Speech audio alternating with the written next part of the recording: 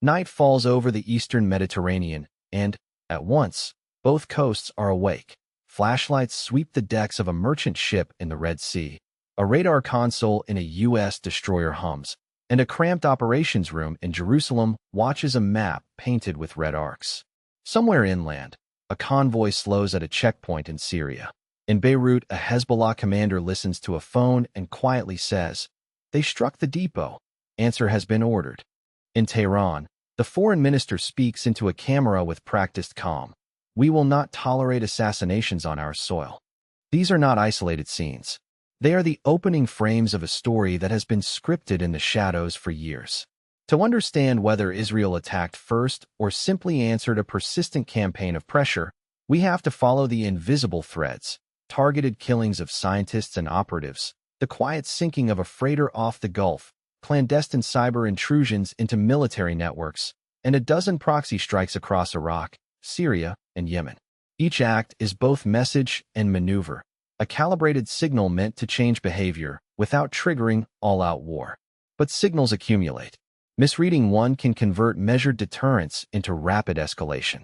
On one side sits Israel, arguing preventive logic: destroy missile launchers, logistics hubs, and the networks that supply them before those weapons can fly.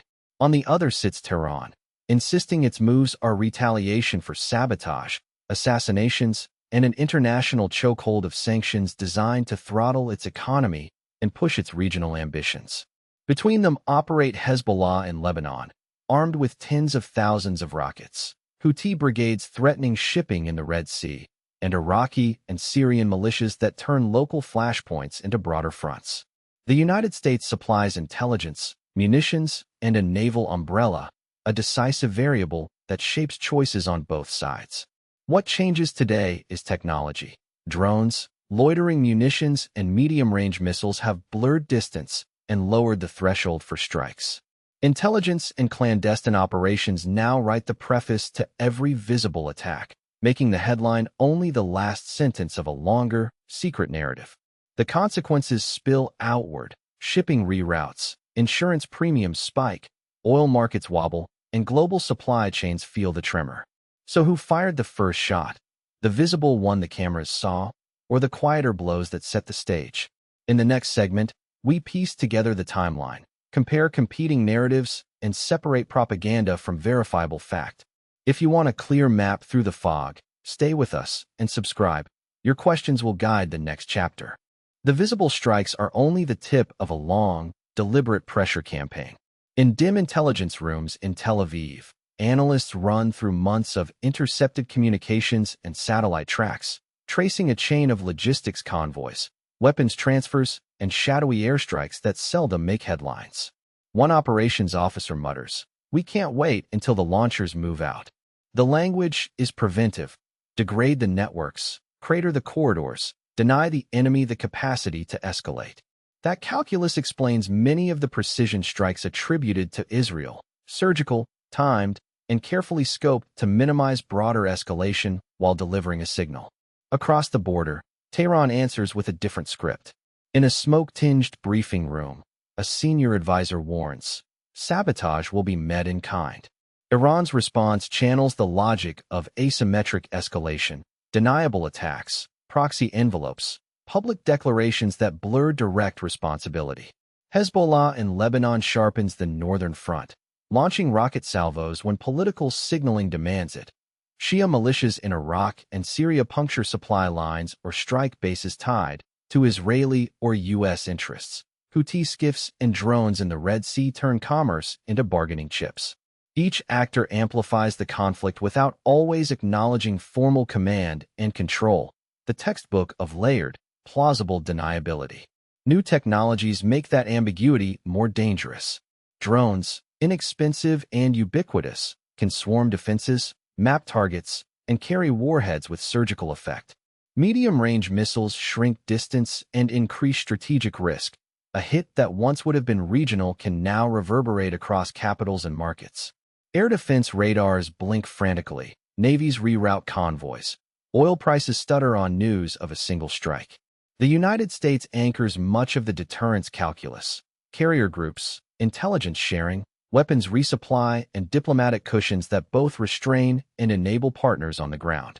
Beneath the technical and tactical layers sits politics, inspections, sanctions, the nuclear dossier, and the domestic pressures that make leaders choose escalation or restraint.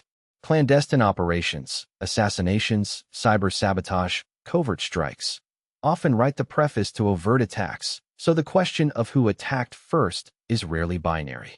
Do you want us to unpack the battlefield evidence next, debris, radar tracks, and intercepted communications, to see how the puzzle pieces fit? If so, stay with us as we follow the forensic trail. The story that follows is less a single flashpoint than a braided sequence of decisions, risks, and misperceptions. Picture a dim operations room somewhere on the Israeli coast. Maps pinned with tiny lights, an intelligence officer tapping a screen and saying, almost conversationally, "This supply line will be silent within 48 hours." Half a world away, in a shadowed corridor in Tehran, a minister pores over a different dossier. Names of engineers, locations of warehouses, a list of strikes attributed to anonymous actors. Between those rooms, a network of proxies and deniability unfurls. Hezbollah's command posts in southern Lebanon tracking Israeli air movements. Houthi skippers calculating the safest corridors through the Red Sea. Iraqi and Syrian militias ready to answer in kind when an assassination removes a favored commander. That sequence, covert sabotage, targeted killings, reciprocal attacks through proxies, creates the public drama of rockets, drones, and maritime interdictions. Drones no longer serve only reconnaissance. They are the scalpel and the boomerang, precise but escalatory. Medium-range missiles test air defenses and political resolve. The United States, a decisive axis partner for Israel, supplies intelligence, intercept capacity, and the diplomatic cover that shapes Tehran's calculations. For Iran, the nuclear program is both a bargaining chip and a deterrent. Its progress complicates any attempt at decisive punitive action without risking a much larger war.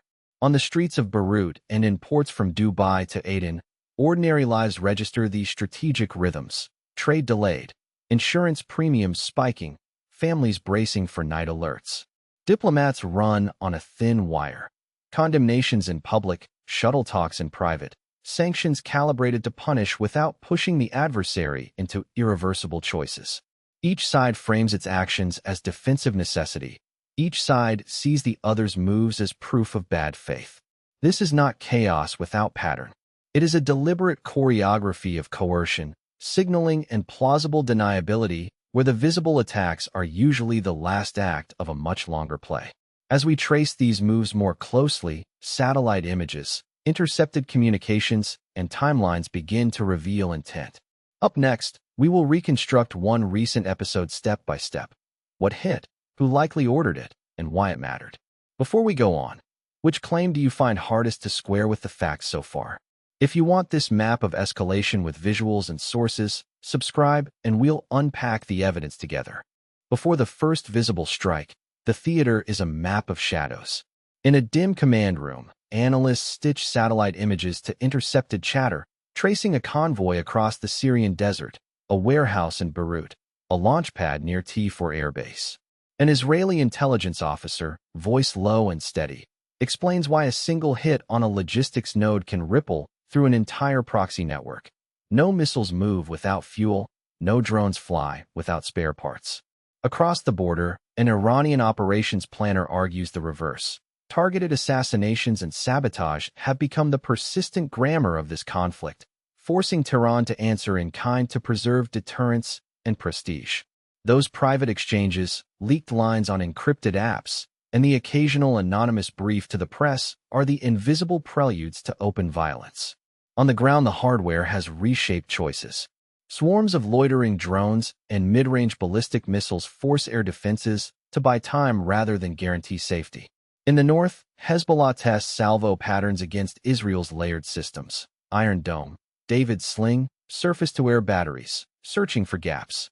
In the Gulf and the Red Sea, Houthi fast attacks and anti-ship missiles threaten choke points, while Iran-backed militias in Iraq and Syria probe U.S. bases with rocket barges. Each probe invites a proportional, and sometimes disproportionate, response. A clandestine strike on a convoy in Syria is followed, days later, by a barrage from Lebanon. An explosion on an Iranian ship is answered by a missile aimed at a Syrian depot. The tempo of escalation is not spontaneous. It is rehearsed intelligence, calibrated risk, and political signaling. Washington watches and weighs its options. Open escalation risks drawing U.S. forces into a wider war, restraint risks emboldening proxies. American destroyers patrol the Gulf, AWACS keep vigil, and classified briefings feed Allied targeting choices. Meanwhile, sanctions and diplomatic pressure remain the other battlefield. Economic chokeholds aiming to shape Tehran's cost calculus even as missiles fly. This is not chaos without cause, but an engineered sequence. Covert attrition, measured retaliation, and the constant push to control narrative. Which moves are genuinely defensive, which are preemptive, and which are designed primarily for domestic audiences. That distinction is at the heart of what follows, and it is the question we must take into the next episode. If you want a closer look at the weapons and tradecraft shaping those choices, tell us in the comments and subscribe for the deep dive. Night in the operations room. A backlit map of the Levant, blinking icons moving like constellations. Voices are low and clinical, the sort you hear when lives and politics are being translated into coordinates. In Tel Aviv, an intelligence officer whispers over a secure line, "There are logistics corridors feeding the missiles. If we let them stand, the calculus changes." In Tehran, a different room and a different register. Advisors speaking of deterrence, of undermining credibility after a string of assassinations and sabotage that their leaders publicly blame on Israeli services.